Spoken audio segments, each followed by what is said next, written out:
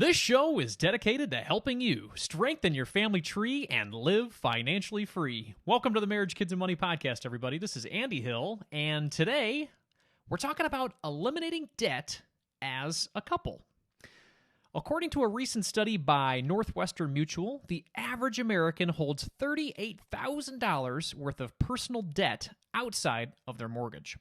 What's not so revealing about that number is the amount of stress that young couples can feel because of their debt obligations. Now, that stress can cause mental, physical, and even marital problems. Today, I'm going to speak with a man who dealt with the stressors of debt in his young marriage, but fought for his family and eventually became debt-free. Michael Lacy is my guest today. Michael is the founder of the blog Winning to Wealth and the Wealthy Neighbors Show podcast, and that's focused on helping couples find common ground financially so that they can pay off debt, build wealth, and leave an incredible legacy. His financial journey and practical advice have been featured in multiple podcasts and Forbes and CNBC. When Michael isn't helping to create new wealthy neighbors, he's spending time traveling with his wife, Taylor, and his daughter, Alison. Welcome to the show, Michael. Hey, Andy. Thanks for having me on. I'm glad to be here today. Absolutely, man. So talk to me about the beginning. How did you and your wife get together? And let's talk about this journey you went on together. Yeah, so Taylor and I actually met in high school, but we were not high school sweethearts. We both actually moved to the same high school in our junior years, and we had a lot of the same classes, a lot of the same friends, but we never actually really talked. We didn't actually start talking as friends until kind of the college years, around the sophomore year of college or so. And it was because I noticed she was kind of going through a tough time. And so I just reached out because, obviously we were Facebook friends and had a lot in common with, friends and things like that. So just trying to be a good friend and reached out, and this just incredible friendship formed. And about 5 months later, all of our friends started saying, hey, you guys need to date. You guys should date. You guys. And we were like, no, we're just friends. And here we are, married with a kid and all that. So yeah, it was a great start to our story. Well, there are so many Mark Zuckerberg formed relationships. I just have to thank Mr. Zuckerberg today, because that's actually how I connected with Nicole too. Started checking her out on Facebook because she was living with one of my old friends from high school. Thought she was hot, so I started texting with her on Facebook, and then it just went from there. Absolutely. So we got to thank Mr. Zuckerberg every once in a while, right? Absolutely. Well, very cool. So talk to me about how you guys, when you guys got married, what was your financial situation? How did that look at that time? So, when we got married, we both made a pretty decent income. I think combined we were about 120K or so, but we had no real structure to kind of how we manage money. It was just kind of like get it, spend it, maybe save a little bit here and there.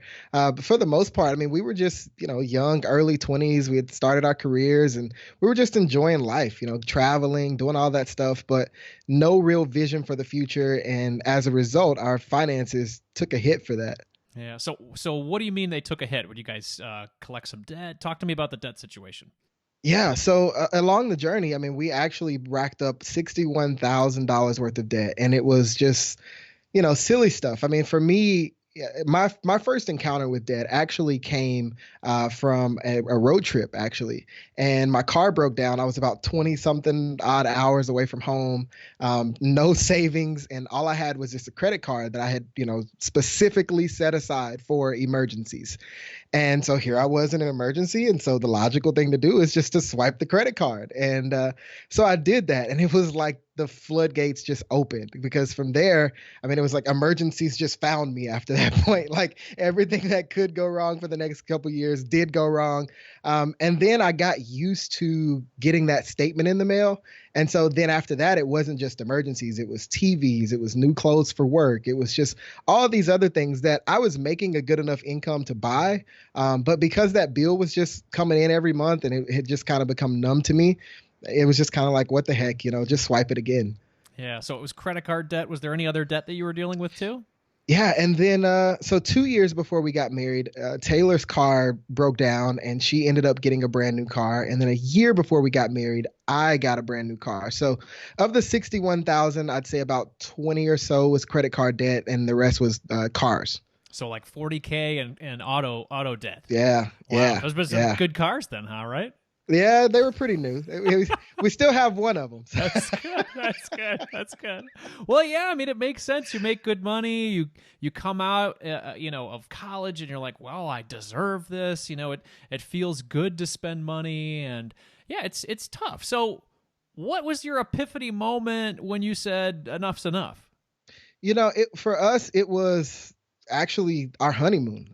It was there that I kind of had the awakening because, like I just said, I mean, it's two cars and it's her credit card debt as well. And so now we're combining all this, and I'm realizing we're combining a lot of debt. Like there's no assets here. So it was then on our honeymoon, we went to the Florida Keys. I got us this nice, like, oceanside resort, and we could see the ocean from the room. Oh, it was just decked out, and we had all these activities planned. And while we're there, I'm thinking, man, we can't really afford this trip. Like we're going to all these nice dinners and doing all this. And so what the moment for us was we had a snorkeling trip planned, and that was a big reason why we decided to go there. And so it starts raining. We get on the boat, we go out, and the guy's like, hey, hop back on the boat. We got to go. It starts raining.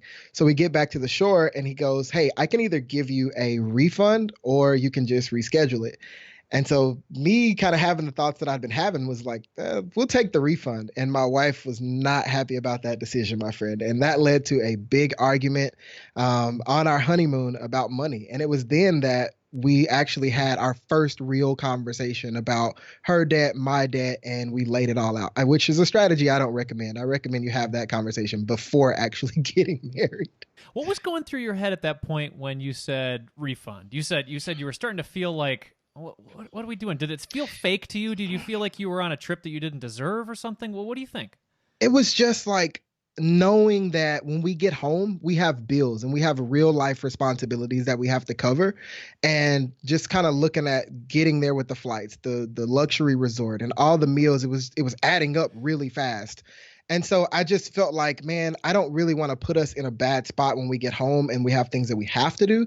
But instead of being open and honest about that, I started doing kind of little stuff like, we'd be at dinner and my wife would be like, oh, I think I want to order the steak. And I'd be like, the salad looks really good here. How about you try that? It's like, little things like that. And so it all came to a head there. And so my logic was just, look, if I have an opportunity to save a little money on this trip by getting the refund instead of rescheduling it, I'm going to go for it. And I wasn't thinking about how she would react to that. Yeah. Yeah. So how did you guys resolve that one of your first married arguments then? Yeah. No, I mean, it really was. It was just me opening up and just being like, look, okay, when we get home, we have this new house that we moved into a new house like 2 weeks before we got married, way more house than we could afford. And so we have this new house. We've got 2 car payments. We're both barely getting by as it is. And so just all the decisions that we had made around our wedding, like, again, getting the new house and the cars and all that, it was the first time that I'd actually realized, like, okay, this is the mess that we found ourselves in.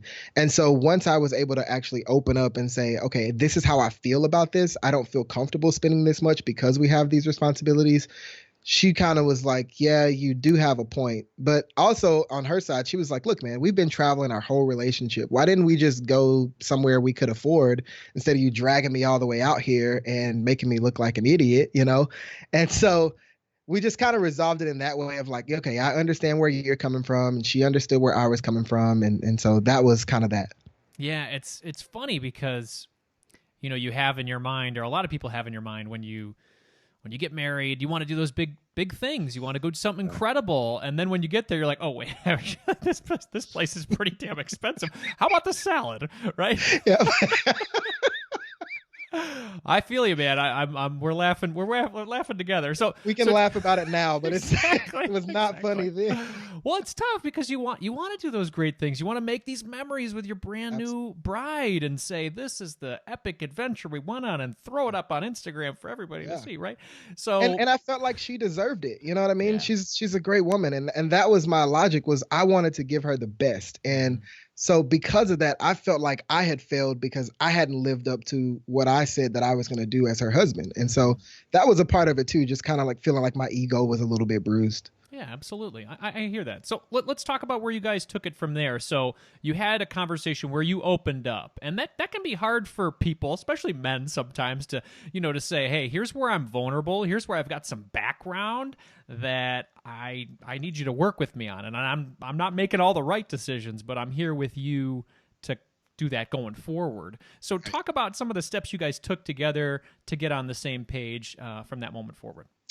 Well, I wish I could say that, we sang Kumbaya on the honeymoon and came home and everything was great, but that just wasn't our reality. So on the honeymoon, I started actually doing research on the honeymoon. I'm Googling like how to pay off cars fast and like how to get out of credit card debt. And I stumbled across Dave Ramsey and another guy, Jerem Person Lynn of Brass Knuckle Finance. And so I'm like consuming all their blog posts and podcasts and like everything I can find while we're on the honeymoon, like at night when she's asleep and stuff. And so like I'm looking over her like towards the end of the honeymoon and I'm like, I think we can get out of debt. I think we can pay this stuff off. And so I get home and I've got the budget, I've got the spreadsheet. I mean, everything's all done and I hand it to her and she's like, no, I'm not doing this. Like, this is ridiculous. Like, everything that we had done up to that point was travel and we had built our relationship on all these fun things. And here I was kind of taking a shot at all that, saying, we're going to just cut all of that out so that we can reach this goal. And so my wife was like, no, that's not worth it for me. I'll just continue living this life that we have. I mean, it wasn't uncomfortable. And so that was kind of the beginning of it. And it wasn't again until I again became a human and put down the spreadsheets and said, look, this is really bothering me. And I'm struggling with this uncertainty of not knowing how we're going to, navigate this thing and feeling like I'm not a good provider. And so it was then that she kind of saw the human side of it outside of the budget and the spreadsheet. And she was like, okay, her being the person she is, she was just like, yeah, let's work together on this. Let's find a solution that actually works for both of us and not just you, right? And so from there, we just started kind of chipping away at, okay, what would we want our lives to look like if we didn't have this hanging over our head? And from there, we kind of came together and created a plan and a vision for how we wanted our future to look. I love how you said take a human approach to it too, because I think sometimes you can get very focused in the numbers and say, well, the sheet says all you needed to know. I mean, look at the sheet. No, and for a lot of people that means nothing. But yeah, opening up and talking about because at the end of the day, I think your spouse, if they truly love you, they want to help you get where you want to go. And it sounds like that's what you guys, worked on together. So talk to me about what steps did you then take when it said, okay, we're moving this thing together. Did you guys create a budget and did you meet on that budget? How did that work? So we started sitting down once a month and just reviewing what we had done the prior month and then setting a plan for the next month. And that really worked for us. And in terms of the budget, I mean, one thing that I had to do was remember to be flexible, right? Because this is my spouse. This is my partner. This is my person for life. And so I could kind of put our marriage in the balance by being, all gung-ho about my plan and what I want to do. Or I could just meet her 70% of the way and say, okay, this is where you are. I'll take you where you are, and the rest we can figure out as we go. And so that was what I did.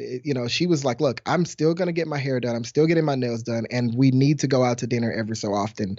And I was like, you're right. Okay, let's do those things. And so we just built that stuff into our spending plan every month. And, she got what she wanted, and I got what I wanted in terms of progress towards debt elimination. That's great. Were there any things that you needed to keep in the budget too, or are you fine with the deprivation for a little while?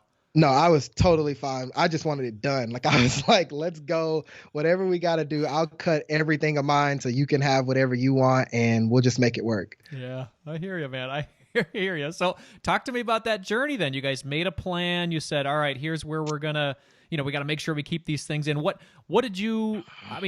changed with regard to your spending plan then? Did you guys reduce your spending? Did you increase your income? What did you do to pay off $61,000? Yeah, so we did. We cut a lot of stuff. I mean, we went out to eat like all the time. I mean, there was one month, like the first month we sat down and did our spending plan where I kind of tracked everything we had spent the month before. We had actually spent more on food than we had rent. And remember, I told you that we had this big house that we couldn't afford. So it was a lot of food. And so we cut that down like drastically to maybe like once a week or every other week, depending on kind of what we had going with our lifestyle at the time. So that was really our biggest thing. Once we freed up that money and we sent that towards debt, that was great. Another thing, we found stuff that we could just sell around the house to just kind of free up some extra cash and find extra ways to bring in some income. And then anything that we just didn't need per se, I got rid of. So we had cable at the time. We cut the cable, went down to Netflix. This was back when it was a little cheaper than it is now. But we did all those little things. And all those little things, man, they add up over time for sure. That's cool. How did you guys resolve the car situation? Did you keep the cars and you're like, all right, we like these cars, we're just going to pay off the debt on them? Yeah, so we did. We kept both cars, and we just said, you know what, we're just gonna pay them off. I mean, because for me, I work in an outside sales role, and at that time, I was going pretty much all over Texas, and so I was like, you know what, I don't want to sell this car and get a couple years older car and then be fixing it all the time and have my work be interfered with and all that kind of stuff. And also, on the flip side, I needed her to have a really good car because I wasn't in town all the time. So we decided to just keep the cars and just, focus on really paying them off as quickly as we possibly could. Excellent. Well, it sounds like you guys were partnering well and you made some decisions on ways to decrease your income. Did you guys come across any roadblocks during your journey to this debt freedom? Yeah, a big one. I actually lost my job 8 months into the journey. Yeah, that's the biggest journey. And so we go, I'm in sales. I'm one of the top sales reps in the top market unit in this global company. And so I'm thinking I've got job security for life. And I take a few days off to just kind of breathe and relax. And while I'm on my vacation, I get a phone call and it's like, hey, we need you on a conference call at 8 a.m. tomorrow. It's like, okay, whatever. Get on the conference call and they basically tell us, hey, we're restructuring and some of you guys won't have jobs in 6 weeks. And I was one of the lucky ones that didn't have a job in 6 weeks. And so another part of that was my wife actually has lupus, which is an autoimmune disease. And one of the triggers for that is stress. And so just dealing with my job loss and me again kind of going back to that place of feeling like, gosh, I'm not living up to everything that I'm supposed to be. She could feel that. And so she became stressed and she got sick and missed about a month of work, which I think about 2 weeks or so of that was unpaid. So I don't have a job. She's missing work. And it's just kind of this vicious cycle that we went through. And that was a really tough time for us. Wow. And that was during the time you guys decided to pay off this debt? Yep. That was 8 months in. Wow. Exactly 8 months in. Yeah. So how did you bounce back from that? So from there, I mean, it was one thing that I did. I just continued to find things around the house that we could sell. I mean, anything that, wasn't an absolute necessity for us, I was listing it. So trying to make income there. I also started working for a food delivery service. So that was enough to kind of keep us afloat. And then everything extra that I made from just selling stuff around the house, I put in a savings account with the intention of once I found a job again, I would send that to debt. But in the meantime, I wanted that to kind of be an addition to our emergency fund until I was able to find full-time income again. Wow, that sounds rough. So, I mean, like during that time, you're selling stuff and then working the food delivery. What are your expenses during this time? Are you guys spending like a couple grand a month to get by? No, thankfully by that time, so again, this goes back to kind of meeting your spouse where they are. I mean, by that time, my wife, she'd become fully on board. She was like just as gung ho as me. And so, and which helped because on some days I'm feeling discouraged and down and she's like, hey, you got this. Because again, I'm not just selling stuff and doing a side hustle. I'm also interviewing. So I'm like in a suit delivering somebody's stuff, you know what I mean? Because I got an interview at 2. So it's all those things. And so she was able to pick me up. I was able to pick her up. And it just worked beautifully that, the time that we had put in prior to that. I mean, I can't even imagine where we would have been had we not taken those steps in those first 8 months, even though we hadn't reached our ultimate goal. But the progress we made kind of kept us going and kept us a little motivated. I love that you kept the suit on and kept on delivering food. Was there a moment during that time where you're like, oh, man, I'm too good for this. I got a college degree and I'm in sales. I was the top sales guy. I can't believe I'm doing this. I don't want to do it.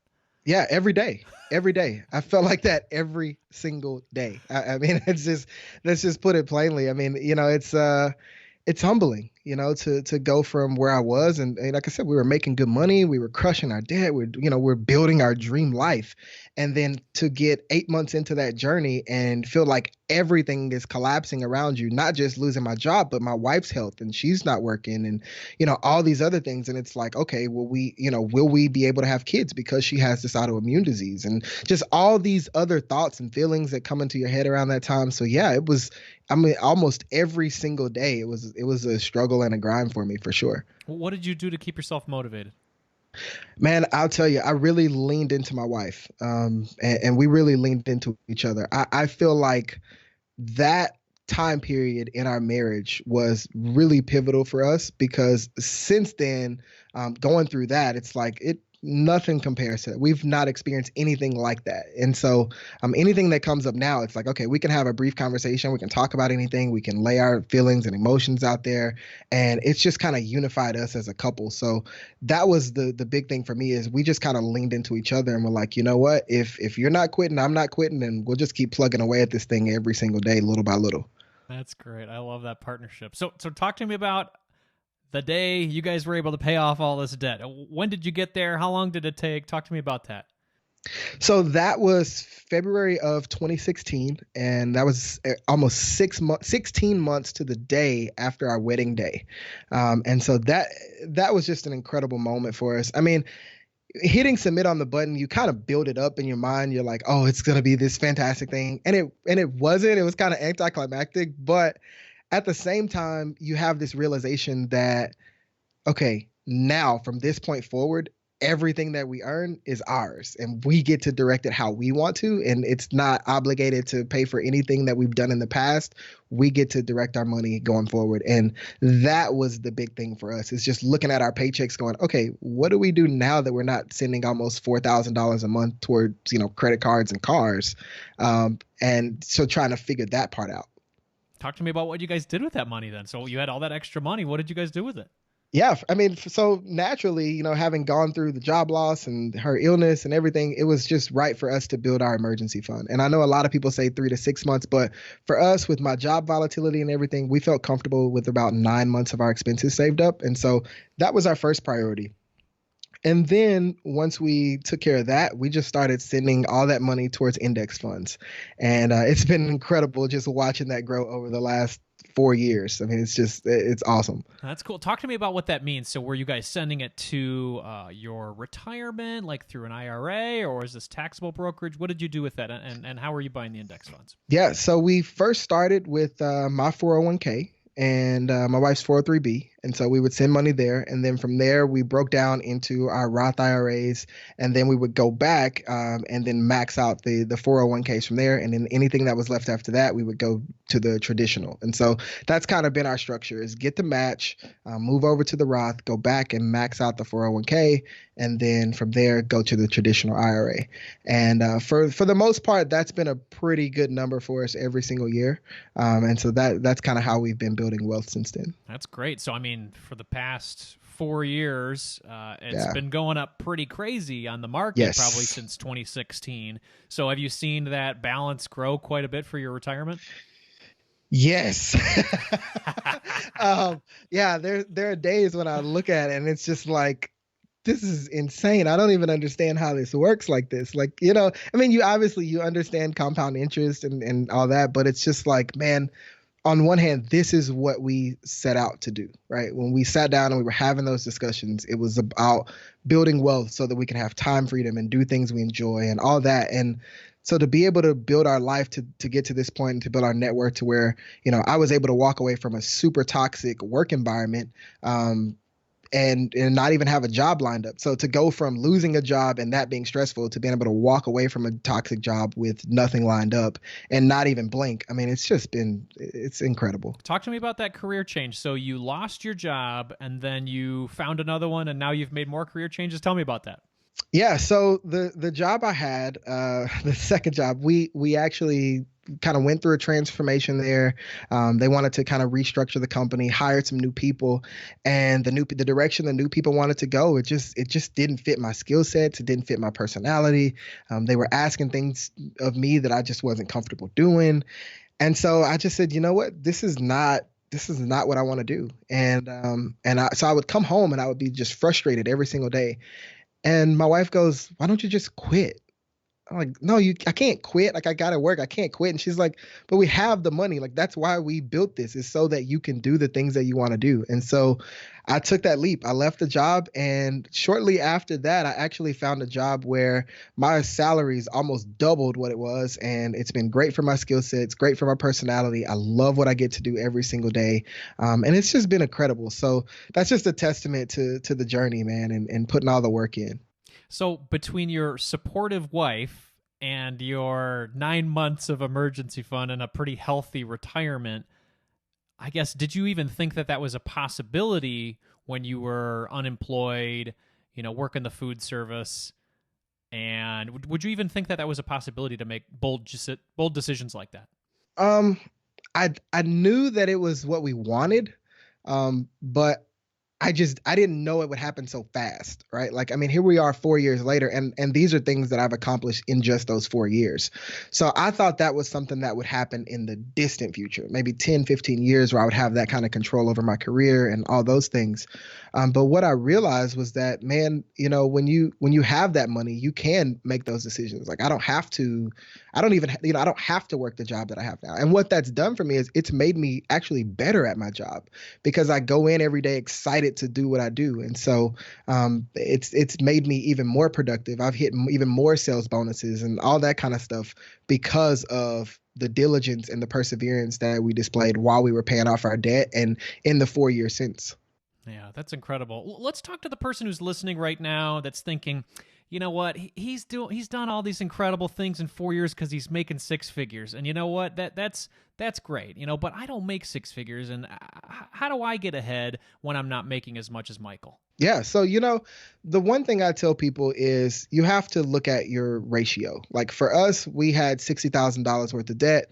Our income was around 120. So it was a 2-to-1, income to debt. And so, maybe your income, maybe your ratio is not that. And so you won't be able to do exactly what we've done. But that's the beauty of personal finance. It's personal, and your journey is your journey. And so if that's somebody that's listening to this, the first thing you have to do is just lay everything out. You can't get started if you don't even know the place that you're starting from. So sitting down, laying all your debt out, laying your income out, and just being fully aware of the situation is really the first step to that. And then once you get there, then you can get into the more nuanced stuff like, okay, do I do the avalanche or the snowball, or do I self-invest, or do I get somebody to help me with that? And you can get into all that nuanced stuff later, but the very first step is to just lay everything out and understand exactly where you're starting from today. That's great. And having the clarity to make that decision once it's all down and right in front of you. Very cool. So there's also somebody listening. I like to make up these magical people. Somebody listening, and they're listening and they're saying, you know what, that's great, but my spouse, I can't get them to talk about money with me at all. If you had to provide advice for somebody like that, what would you say to them? Yeah, I mean, speaking from experience, like I've said, I mean, the best thing you can do is to just be human. Don't beat somebody up with a spreadsheet. Like, for me, it was I come home and I whip this thing together in 30 minutes, and I'm like, look, this is what we can do. And she's like, I don't care about that. And but what I do know is that she cared about me as a person, me as her husband. And so that was the first thing, is just letting her know, look, this is where we are makes me feel, and this is where I would like to be. And then flipping that and saying, okay, what about you? Where would you like to be? And what would you like to do? And how is this making you feel? And so being human, but then again, taking that and being flexible about the methods. Like I said, it's better to have a spouse that's 70% on board and a great marriage than it is to have, a reluctant spouse that's just doing it just because, and your marriage suffer. And so that's just what I believe wholeheartedly. So be flexible about how you get there, and then be human as well. That's great, Michael. These are great words of wisdom. So let's talk about what your future looks like now. I've heard and read that you're very excited about this first generation financial independence journey. So talk to me about what that means to you, and I guess a little bit of your background and why that's important. Yeah. So, for us, our big goal is we want to reach FIRE by 40s, financial independence, retire early. And a big part of that is my wife's health. We want to be in a position to where if something happens to her, she can walk away from work and never have to think about it. But also that's just part of the lifestyle design that we set up back in 2014 when we first started this journey was, we wanted to live in Europe and we wanted to do all these other things. And then also for our daughter, I mean, we want to be able to put her in a position to where she can build the life that she wants from starting early. We just turned 30. And so we're kind of just now getting to that place. And so and I often think like, what would that look like for us had we been 20 years old in the place that we're in now? And so for us, it's about, again, completing that mission, completing that vision that we have for our lives. And again, setting our daughter up to have that same freedom and flexibility once she hits her 20s. I love it, man. So what does that mean to be FIRE by 40? How are you going to get there based on where you are now? Yeah. So for us, in the past, when we set our spending plan, we've been saving about 60% of our income. We've kind of taken that down a notch this year. This year we're focused on just enjoying the journey a little bit more. So we're down to about 40 to 45%. But we use that portion of our income to invest in index funds and build wealth. And so we're about, I'd say about 30% of the way there right now. And so that's our goal. And could we get there sooner? Absolutely, we could. But as I said, part of us, this year with just the unpredictability of life is, hey, you know what? Let's slow down and let's enjoy this journey. Let's spend time with our daughter. Let's travel a little bit more than we've done in the past 4 years. And so that's kind of how the approach we're taking to get there. That's cool. Anything on the real estate side of things, or are you mostly focused on investing in the market? For us right now, just investing in the market. I kind of toyed around with real estate last year and kind of looked at some different things, had some opportunities that I felt like were good opportunities. But at the end of the day, I like the passive side of just put it in there and just watch it grow and not having to do anything or, hire a property manager or deal with any of that stuff. So for us, this seems to be working. So for now, that's just going to be our focus. You're reading my mind, my friend. I've been doing a lot of the same thing over the past couple of years, and I'm very happy with the epiphany that it's okay to not buy a rental property. And not that there's anything wrong with it at all. People are doing very well. I've interviewed a lot of folks that have done very, very well with it. But right now, for me as a young parent, it seems like the right route, and it sounds like that's the same thing for you too. Absolutely. So, yeah. Well, man, this has been great. I really appreciate you sharing this information and your great story with us. Where's the best place for people to connect with you and listen to your podcast? Yeah, so my name's Michael Lacy. I'm founder of Winning to Wealth. You can always find me at winningtowealth.com. I'm also on Instagram, Facebook, Twitter, and even YouTube under Winning to Wealth. If you'd like to listen to the podcast, you can listen to that anywhere podcasts are. So that's the Wealthy Neighbor Show, or you can listen to it at winningtowealth.com/podcast. Excellent. Yeah, it's easy to do right now. If you guys are listening on your podcast app, just type in Wealthy Neighbors. You'll find it. It's a great show. Michael's sharing a lot of similar stories of people conquering some adversity and their financial journey and then coming out on top. So, Michael, thank you so much for your time today. I really appreciate it. Andy, thank you for having me. It was an absolute pleasure to talk to you today.